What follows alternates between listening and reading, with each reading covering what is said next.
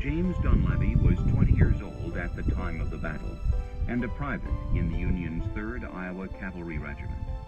Dunleavy exhibited exceptional bravery and received the Congressional Medal of Honor.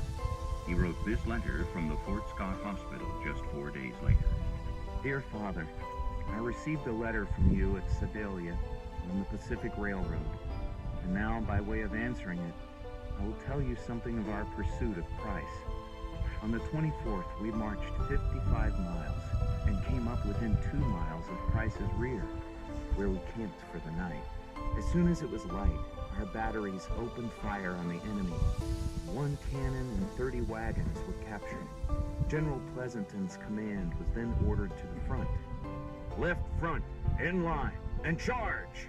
Which was magnificently done. The general never halted, but charged their line. And the only sound that could be heard, save the thunder of the cannon and the roar of small arms, was his clarion voice shouting, "Come on, my brave boys!"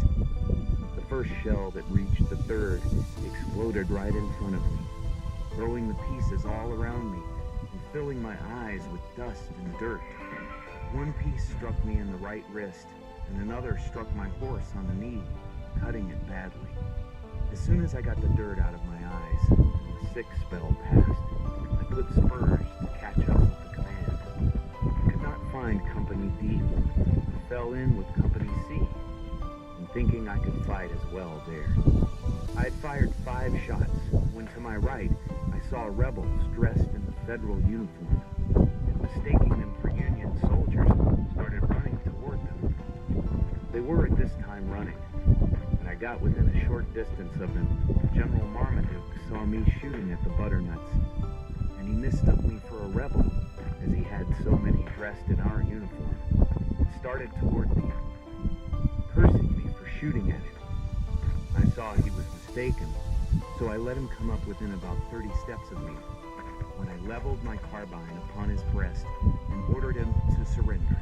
He was riding rapidly, and before he could rein up, was close by my side. He had no arms except a revolver. This he presented to me, said, "I surrender myself, prisoner," at the same time telling me he was General Marmiton and requesting me to take him to General Pleasanton. I took my prisoner to General Curtis, who thanked me, told me to keep the revolver until further orders.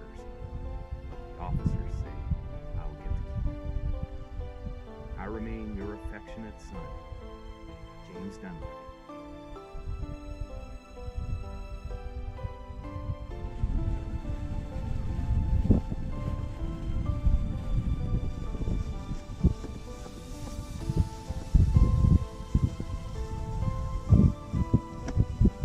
Stop video.